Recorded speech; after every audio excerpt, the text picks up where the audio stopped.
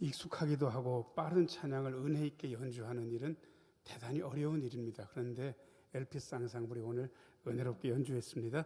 예, 박수로 격려하겠습니다.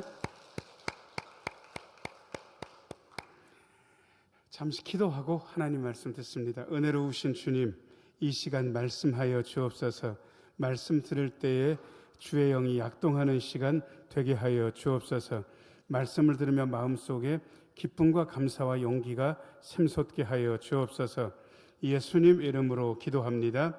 아멘. 가족들마다 챙기는 기념일들이 있기 마련입니다. 5월은 챙기는 기념일 때문에 신혼부부들, 그 다음에 아이들이 아직 미성년인 그러한 가정들은 쉽지 않은 그렇게 어려운 한 달입니다. 왜 어려운지는 아세요? 자, 부모님이 계셔요. 5월 8일 날 그냥 지나갑니까? 뭐 좀 합니까? 뭐 좀 하죠. 그 다음에 어린이날 있으면 어린이날도 그냥 지나갑니까? 뭐를 합니까? 뭐를 해요. 그리고 요즘은 조부모님들도요, 우리 할머니 할아버지 최고란 얘기를 들으려고 하면 그냥 말만 가지고 넘어가서는 안 될 때가 이미 됐습니다. 저는 연세가 드셨는데 저희 집은 그 집은 좀 일 안 해도 될 것 같은데 왜 그렇게 열심히 일을 하시나 하고 봤더니요, 이게 다 돈은 쓸 때가 있기 마련이더라고요. 어쩌다 집에 오게 되면 뭐 당연히 딸은 그렇다 치고 사위한테 보니까 기름값을 주는 그런 집들이 있더라고요. 가서 어떤 때는 아예 주유소까지 가가지고 넣어주는 집도 있다, 그런 얘기를 들었습니다. 쉽지 않은 그러한 5월입니다.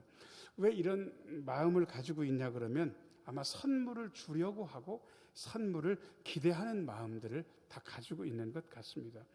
저도 우리 애들이 직장을 다니기 시작하니까 어버이날을 그냥 안 넘고 뭔가 조금씩 하기 시작하더라고요. 물론 저도 이제 어떤 선물을 줬으면 좋겠다 그렇게 생각하다가도 애들 취향하고 제 취향이 다르기 때문에 저도 뭐가 좋겠습니까? 그냥 계좌로 쏴주는 것도 나쁘진 않더라고요. 그래서 요즘은 나쁘지 않다 뭐 그런 생각을 합니다. 여러분 어떻습니까? 우리가 선물을 좋아하는데 우리가 이미 큰 선물을 받은 건 알고 계시는지요? 자, 저를 따라서 하세요. 우리는 이미 큰 선물을 받았습니다. 그걸 구원이라, 영생이라, 새 생명이라 뭐라고 이야기해도 됩니다. 그리고 어떤 분들은 복음이다 그렇게 이야기하는 분들도 많습니다. 그냥 오늘은 용어를 좀 통일하자고요. 하나님께서 우리에게 복음의 선물을 주셨다라고 그러고 그 복음이 뭔지를 알고 계신지 모르겠습니다. 복음이 우리 안에 들어오면 우리에게는 어떤 혜택이 있는지, 혜택이야 목사님 천국 가는 거 아니겠습니까? 그럼 그것뿐입니까? 또 그것도 아닌 것 같습니다. 자, 저를 따라서 하세요. 복음이 우리에게 오면 우리는 이전과 전혀 다른 삶을 살게 됩니다. 그러니까 예수 믿은 다음에 난 예수 믿기 이전의 삶하고 예수 믿은 다음의 삶하고 다 똑같아. 아예 달라진 게 없어. 이렇게 이야기하는 분들이 계시다면 저는 그분이 복음에 대해서 제대로 알고 있는지 다시 한번 점검해야 된다고 생각합니다. 절대로 같을 수가 없어요. 크게 바뀌는 게 있기 때문에 그렇습니다. 그 다음부터는 세상의 방식이 마음에 안 들게 돼 있습니다. 왜? 복음을 받아들인 사람은 복음이 우리에게 추구하는, 우리에게 밀어제끼는 그런 다른 방식이 있거든요. 그 다른 방식 가지고 생각도 하고 말도 하고 행동도 하는 거예요. 그러니까 세상의 방식은 익숙하긴 하지만 전혀 마음에 들지 않게 돼 있어요. 그래서 나는 복음을 제대로 받아들이고 전혀 다른 삶을 살고 있는가, 이거를 우리가 스스로 사실은 점검해야 됩니다. 복음을 받아들인 사람들은 다른 삶을 살아가고 그리고 그 다른 삶을 우리의 자녀들에게 살게 하려고 애를 쓰기 마련이기 때문에 그렇습니다. 자, 저를 따라서 하세요. 우리는 다르게 살아가고 우리의 자녀들도 다르게 살게 해야 합니다. 우리도 달리 살고 우리의 자녀들도 달리 살 수 있도록 그렇게 만들어가는 거죠. 제가 오늘 간략하게 세 가지로 나누고 싶습니다. 1번입니다. 1번 같이 한번 읽어요. 시작.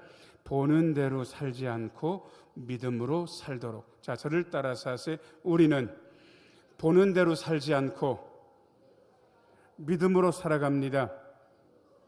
예, 7절 말씀 읽어보겠습니다. 7절 같이 읽어야죠. 시작.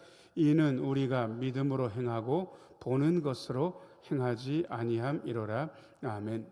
하나님은 하나님의 약점 한 가지가 있습니다. 그게 하나님 편에서는 약점이 아닌데 우리에게는 약점처럼 다가옵니다. 하나님은 보이지 않는 분입니다. 하나님의 손길도 잘 드러나지 않습니다. 하나님께서 이 세상을 통치하시고 섭리하시고 그야말로 주무르시면서 이 세상을 운행하시지만 그것은 육신의 눈으로 잘 보이지 않습니다. 오히려 우리는 그것보다 하나님하고 비슷하게 이 세상에서 강력한 힘을 가진 어떤 것들을 알고 있습니다. 그게 바로 돈입니다. 그게 권력입니다. 힘. 이게 눈에 너무 확연하게 드러나는 거예요. 그래서 어떤 분들은 이렇게 이야기해요. 돈이 있어야 돼. 그래서 세상은 우리한테 이렇게 이야기합니다. 더 가져야 된다고. 힘을 가지려면 더 올라가야 된다고. 그렇게 보이는 세상이 우리에게 계속해서 유혹합니다. 예, 여러분 뭐 그렇게 직접적으로 유혹하지 않는다고 아니에요. 우리가 보는 드라마의 주인공들이 누가 많이 나오는지 보시면 돼요. 가난한 사람이 많이 나오는 드라마가 그렇게 많지 않습니다. 어쩌다 한두 번 그런 드라마가 있을 뿐이지 적어도 드라마의 주인공을 하려고 그러면 누가 나와야 되는지 아세요? 요즘 직급은 본부장, 실장, 여기 아마 대세인 것 같습니다. 그리고 어떤 때는 TV에 주로 나오는 인물들은 이 세상의 고통과 관계없이 자기가 결정하면 뭔가를 할 수 있는 그런 사람들이 계속해서 나옵니다. 그러한 사람들을 보면서 우리의 마음속에 드는 생각은 우리도 저 사람처럼 더 가져야 된다, 더 올라가야 된다. 이 세상을 그렇게 살아야 잘 사는 것인 것처럼 계속해서 느끼게 됩니다. 그게 세상이 우리에게 끊임없이 이야기하는 그러한 방식입니다. 그런데 우리는 그것과 다른 눈 가지고 세상을 봅니다. 7절 말씀 다시 한번 읽어보겠습니다. 자, 같이 한번 읽어야죠. 시작. 이는 우리가 믿음으로 행하고 보는 것으로 행하지 아니함이로라.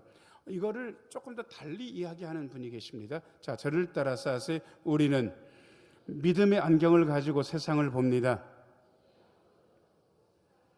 예, 안경을 쓰면 세상이 달리 보입니다. 그 전에 안 보였다고 생각하는 것이 보이기 시작합니다. 그 전에 중요하지 않게 생각됐던 것들이 안경을 쓰고 보니까 중요하게 보입니다. 그 전에 하잘 것 없다고 생각하는 것들이 이제는 너무 중요하게 보입니다. 하나님의 말씀은 아무것도 아닌 것 같은데 믿음의 안경을 쓰고 보니까 하나님 말씀이 그야말로 사실, 현실, 법칙이라는 사실을 알게 됩니다. 그래서 삶의 결론이 달라지게 됩니다. 하지만 하나님도 보이지 않지만 하나님의 말씀도 분명하게 보이는 것은 아닙니다. 믿음의 현실은 좀 이상합니다. 있다고 여기면 너무 확실한데 없다고 믿으면 진짜 약에 쓰려고 해도 그게 아닌 거예요.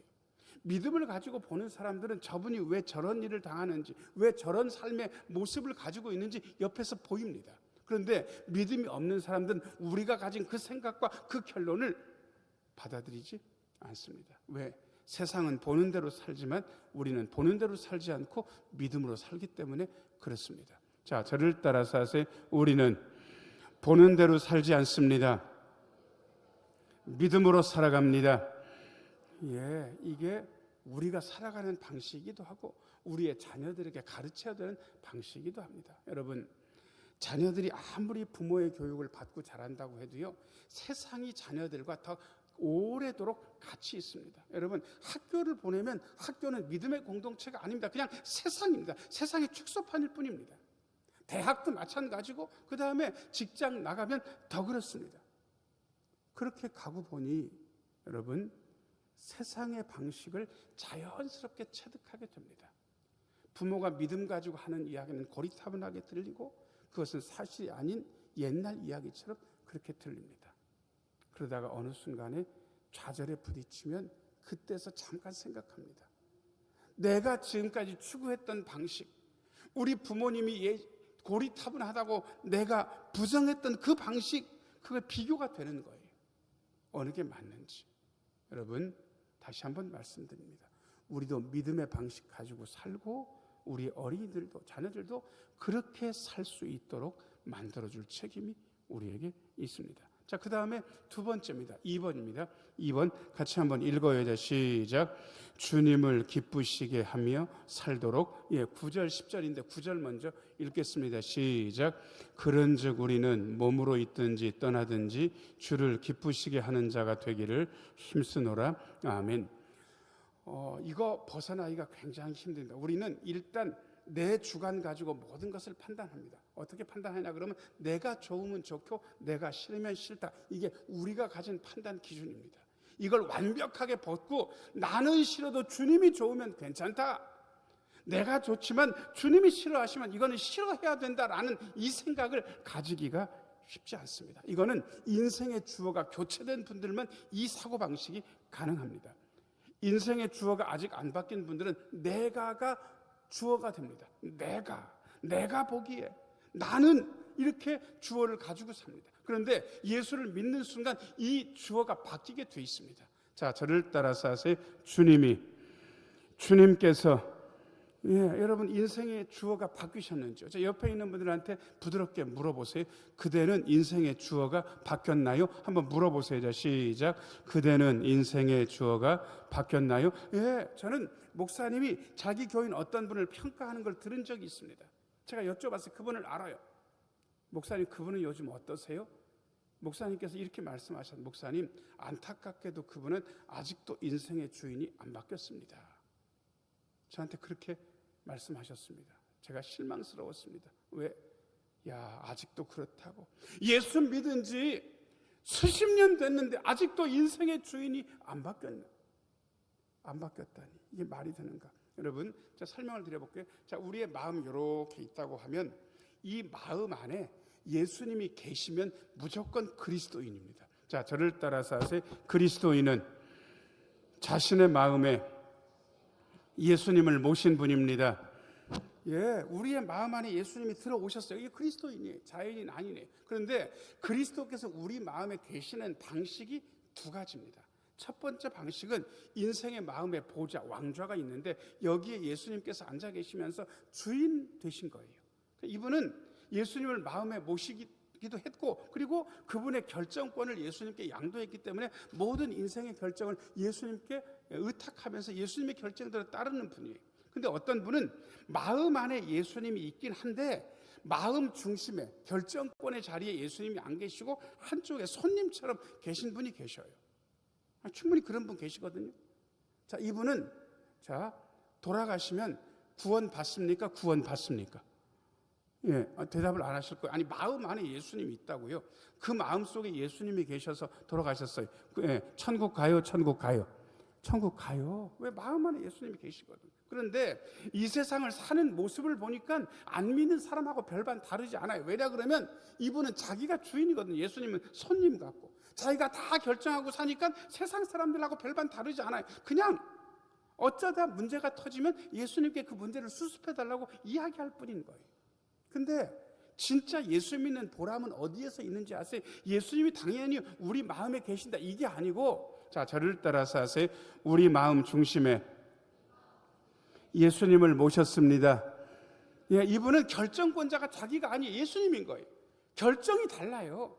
자기가 결정하고 예수님을 수습하는 그런 차원이 아니고 인생의 결정권을 예수님께 양도했고, 그리고 그분의 모든 인생의 중요한 결정을 예수님이 하셔요. 그리고 그 결정을 따르는 거예요. 구원에 대해서는 별반 차이가 없는 것 같지만 나중에 하늘나라 가서 상급은 어마어마하게 차이가 있습니다. 왜? 인생의 결정을 자기가 한 사람하고 인생의 결정을 예수님께서 한 사람하고 삶의 모습이 같을 수가 없거든요. 여러분, 다시 한번 우리가 점검해야 됩니다. 그냥 우리가 짧게 점검해 보자고요. 옆에 있는 분들 얼굴 보시고요. 그대의 주인은, 여기까지만. 자, 시작. 그대의 주인은. 거기까지만 하세요. 그대의 주인은. 예수 믿는 삶은 뭐냐 그러면 마음속에 주님을 왕으로 모시는 삶, 인생의 결정권자로 모시는 삶이, 인생의 주어가 교체됐다는 것은 그런 얘기인 거예요. 저는 목사 아들, 딸이 말썽 부리는 걸 너무 많이 본 사람입니다. 목사 아들, 딸은 극에서 극입니다. 대단히 천사처럼 착할 가능성도 있지만 아주 못되게 부모의 가슴을 썩이는 그런 자녀들도 있습니다. 선교사들도 별반 다르지 않습니다. 아들이 너무 망난이에요. 그래서 도대체 방법이 없어서 그 목사 아버지, 그다음 어머니 사모님이 자식을 막 구워 삶아가지고 DTS라고 예수전도단에서 하는 유명한 프로그램이 있습니다. 그거를 우리나라에서 할 수도 있지만 외국 보낼 수도 있어요. 그래서 1년 6개월 정도 어떻게 애를 구워 삶아가지고 거기를 가게 한 거예요. 중간에 보내놓고 매일 기도하는 거예요. 이게 일주일 견딜까, 2주일 견딜까, 한 달 만에 돌아올까, 제발 돌아오지 않게 해달라고. 1년 6개월 기간 갔으니까 1년 6개월 동안 잘 훈련받고 돌아오게 해달라고. 근데 세상에 1년 6개월을 그 망나니 아들이 그 DTS 훈련을 가가지고는 견딘 거예요. 그리고 비행기를 타고 오는데 올 때부터 눈빛이 살짝 달라진 걸 봤어요.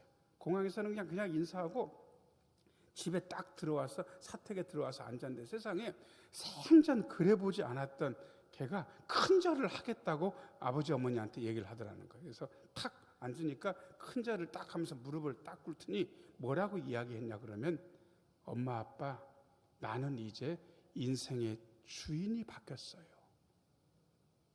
제 인생의 주인은 예수님이세요. 이렇게 얘기한 거예요. 세상에. 그 얘기를 듣고요. 그 목사 아버지 사모 엄마가요. 그 자리에서 울었대요. 너무 좋아가지고. 한 번도 그런 걸 기대 안 했는데 인생의 주인이 예수님이라고 인생의 주인이 바뀌었다고 그 얘기하는 것 보고 모든 시름과 걱정을 잊었다고 그럽니다.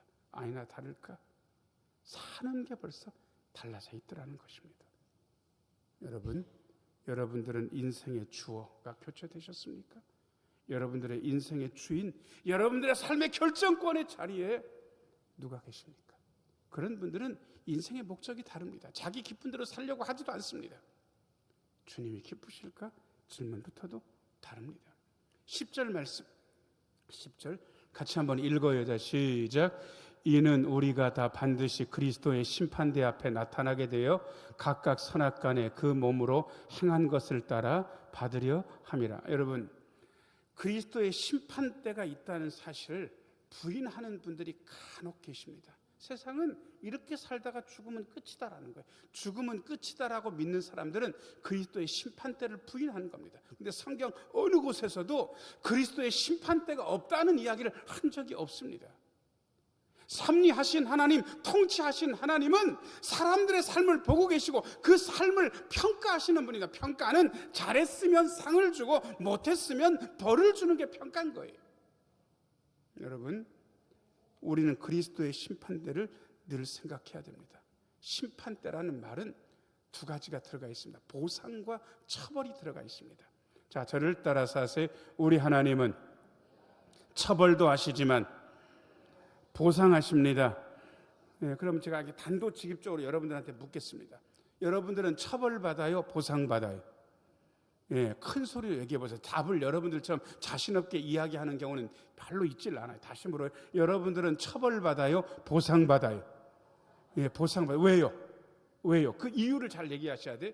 여러분들이 외인입니까? 자녀입니까? 자녀는 보상받는 거예요. 그런 거 아세요? 자녀가 맴매도 맞아요. 호되게 맞았어요.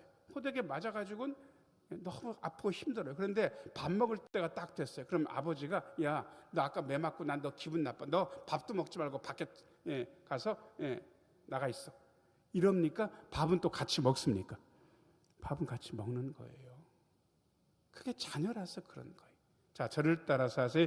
자녀인 우리는 보상받습니다. 물론 어떤 분들은 큰 보상, 어떤 분들은 작은 보상이 있을 겁니다. 그리고 우리가 이 보상의 자리에서 인정과 칭찬을 받을 건데 많은 분들이 이 땅에서 사람의 인정과 칭찬에 목말라 하는 분들이 있습니다. 물론 인정받고 칭찬받으면 으쓱하고 좋습니다. 그게 나쁘진 않아요. 그런데 그것만 생각하고 움직이는 분들은 결정적인 순간에 인정과 칭찬을 못 받을 수 있습니다.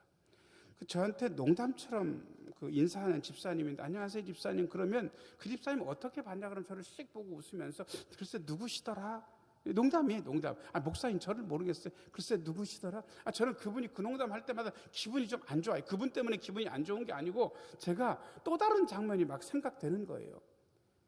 하나님의 흰보자 심판이 있을 때 제가 하나님 되게 반가울 거 아니겠습니까? 하나님 제가 왔습니다. 저 정승호입니다. 이렇게 했는데 하나님께서 그렇게 하시면서 글쎄 누구시더라? 이러면 난리 나는 거 아니겠습니까?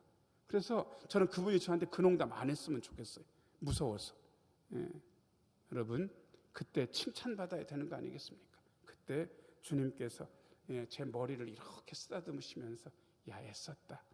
야 남들이 뭐라고 하든지 간에 난 네가 마음에 들고 너 잘한 거야. 너가 잘한 거야. 이 얘기 들으면 좋잖아요. 자, 저를 따라서 하세요. 주님의 인정과 칭찬, 목표를 잘 세워야 이거 받습니다. 주님을 기쁘시게 하는 목표. 내가 기쁜 거 이거는 뒤로 좀 밀어두고 예수님이 기쁘시면 좋겠다. 이 생각 가지고 살아야 주님의 인정과 칭찬 받습니다. 자, 저를 따라서 하세요. 우리는 주님을 기쁘시게 하며 살아갑니다. 보는 대로 살지 않고 믿음으로 살고 주님을 기쁘시게 하며 살아갑니다. 그 다음에 세 번째입니다. 세 번째 같이 한번 읽어요. 자, 시작. 세상의 방식과 전혀 다른 새로운 피조물로 살도록. 17절 말씀. 17절 같이 한번 읽어요. 자, 시작. 그런 누구든지 그리스도 안에 있으면 새로운 피조물이라 이전 것은 지나갔으니 보라 새 것이 되었도다. 아멘. 아마 여러분들이 하드웨어, 소프트웨어라는 말을 아실 겁니다. 컴퓨터를 하나 사시면 그 컴퓨터 껍데기, 구동되는 그 기계가 하드웨어입니다. 그리고 그 기계를 작동할 수 있는 프로그램이 있는데 그걸 소프트웨어라 그럽니다. 그런데 희한한 거는 한 1년이나 2년쯤 쓰면 그전엔 분명히 팽팽 돌았는데 나중에 되면 이게 좀 버벅거리기도 하고 그 다음에 예전처럼 빨리 돈다는 느낌이 없습니다. 그러면 어떻게 하면 되냐 그러면 새로 이 소프트웨어를 싹 이 기존에 있던 걸 다 지우고 다시 까는 방법이 있습니다. 빨리 까는 프로그램들인데 그렇게 싹 지우고 새로 딱 깔게 되면 껍데기는 그냥 그 껍데기인데 컴퓨터가 거의 새 것처럼 작동을 하게 되는 거예요. 완전히 새 거 되는 것처럼. 이걸 리셋한다 이렇게 이야기하는 분들도 있고 포맷한다 그렇게 이야기하는 것 같은데 저는 꼭 우리가 그런 존재 같은 거예요. 그전에 그냥 세상의 방식이 우리한테 쫙 깔려 있다가 예수 그리스도를 만나서 이게 싹 지워지고 예수 그리스도의 프로그램이 저희 쪽에 그냥 새로 싹 깔리는 거예요. 그전에는 죄와 죽음의 프로그램이 우리에게 쫙 깔려 들어가 있었다 그러면 자, 저를 따라서 하세요. 이제는 생명의 성령의 프로그램이 제 몸에 깔려 있습니다. 여러분들 몸에 죄와 죽음의 프로그램이 깔려 있다가 이게 다 지워지고 어떻게 보면 생명과 성령의 프로그램이 깔려 있는 거예요. 완벽하게 달라지는 거예요. 이거를 좀 쉽게 설명하려면 저는 고향이 제주도인데 초가집에서 어렸을 때 살았습니다. 이 초가집이 관리하기가 쉽지 않은데 1, 2년에 한 번씩 꼭꼭 태풍 직전에 새로 이 줄도 갈고 그다음에 위에 집 같은 것도 좀 개비를 좀 해야 됩니다. 그런데 그때 올라가 가지고 저도 사다리 타고 올라가 가지고 거기 이렇게 들치면서 볼 기회가 있었는데 거기에 손가락보다 좀 큰 것인데 꿈틀꿈틀 하는 게 거기 중간에 많이 있습니다. 그게 뭔지는 아세요? 여기 아시는 분은 다 옛날 분들만 아는 거예요. 젊은 애들은 잘 몰라요. 근데 여러분 그게 군뱅이로 7년도 살고 길게는 한 13년도 사는데 그렇게 군뱅이로 산 다음에 나중에 뭐가 되는지는 아세요? 매미가 되는 거예요. 여러분 군뱅이로 살 때 모습하고 매미로 살아갈 때 모습이 같습니까? 완전 다릅니까? 혹시 매미가 노래하는 거 들어보신 분? 매미가 나는 거 군뱅이가 노래하는 거 들어보신 분? 군뱅이가 나는 거 보신 분 아무도 없어요. 자, 근데 군뱅이는 날지도 못하고 노래도 못하지만 매미는 어떻습니까? 매미는 기어다닙니까? 날아다닙니까? 날아다녀요. 매미 소리가 얼마나 시끄러운지 맴맴 그러면서 완벽하게 달리 사는 거예요. 여러분 뭐가 그렇게 달리 사는가 그랬더니요, 추구하는 게 너무 다른 거예요. 세상 사람들은 힘과 성공을 추구하더라고요. 근데 우리는 힘과 성공은 결과로 얻어지긴 하지만 그걸 추구하진 않습니다. 자, 저를 따라서 하세요. 우리는 힘과 성공이 아니라 사랑과 섬김을 추구합니다. 여러분 추구하는 게, 세상은 힘과 성공을 추구하면서 살아요. 그런데 우리는 사랑과 섬김을 추구하면서 결과로 성공이 오면 그 성공을 누려요. 결과로 힘이 생기면 그 힘을 잘 사용해요. 우리가 그걸 추구해서 목적으로 얻는 게 아니라 결과로 얻는다고. 이건 조금 다릅니다. 자, 만두 가게를 하는 분이 돈 벌기 위해서 만두 가게 하면 어떻게 하면 되냐 그러면 값싼 재료를 때려 넣고 그 다음에 조미료를 섞어 가지고 맛을 비슷하게 하면 돈은 벌 수 있어요. 근데 그렇게 하다 보면 그 만두 아무도 안 먹습니다. 그런데 건강하고 좋은 재료 가지고 그야말로 잘 만들어 가지고 잘 먹이겠다는 마음 가지고 좋은 목적을 가지고 장사를 열심히 했어요. 그런데 나중에 그것 때문에 그 만두 가게가 소문이 나서 비싸도 와서 다 먹어요. 그러면 뭘 벌어요? 돈을 벌어요. 목적이 선한데 돈이 결과로 주어지는 거예요. 근데 돈을 목적으로 두게 되면 돈도 못 벌고 엉망이 될 가능성이 많이 있습니다. 여러분, 우리는 목적이 다릅니다. 자, 저를 따라서 하세요. 우리의 목적은 힘과 성공이 아니라 사랑과 섬김입니다. 여러분, 목적이 다른 거예요. 우리는 보는 대로 살지 않고 믿음으로 삽니다. 우리는 목적이 주님을 기쁘시게 하며 살아갑니다. 그리고 세상의 방식과 전혀 다른 새로운 피조물로 그렇게 살아갑니다. 제가 오늘 설교 말씀을 세 문장으로 바꿔서 여러분들이랑 같이 읽으려고 합니다. 자, 맨 위에 문장 같이 한번 읽어요. 자, 시작. 새로운 삶은 눈에 보이는 것이 아니라 믿음을 따라 걷는 삶입니다. 내가 믿음의 안경을 잘 장착했는지 점검하셔야 되고요. 두 번째 문장 같이 한번 읽어요. 자, 시작. 새로운 삶은 나를 넘어 주님을 기쁘시게 하는 것에 집중합니다. 내 기쁨이 중요하지 않습니다. 주님의 기쁨이 훨씬 더 중요합니다. 자, 그 다음에 세 번째 문장 같이 한번 읽어요. 자, 시작. 새로운 삶은 새로운 피조물임을 기억하고 세상과 달리 사는 것입니다. 아멘. 여러분, 복음이 우리에게 주어졌고 우리는 새로운 삶을 살아가고 우리의 자녀들이 이 새로운 삶을 기쁘게 받아들이고 살아갈 수 있도록 가르칠 책임이 우리에게 있습니다. 이 새로운 삶을 몸소 사시고 그리고 우리의 자녀들에게도 이 새로운 삶을 가르치는 우리 모두가 되기를 예수님의 이름으로 축원합니다.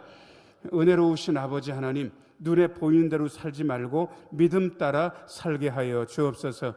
나를 기쁘게 하는 것이 아니라 주님을 기쁘시게 하는 일에 집중하게 하여 주옵소서. 아버지 하나님, 힘과 성공을 추구하는 것이 아니라 사랑과 섬김을 추구하며 세상과 달리 살게 하여 주옵소서. 예수님 이름으로 기도하옵나이다. 아멘. 560장 찬송합니다.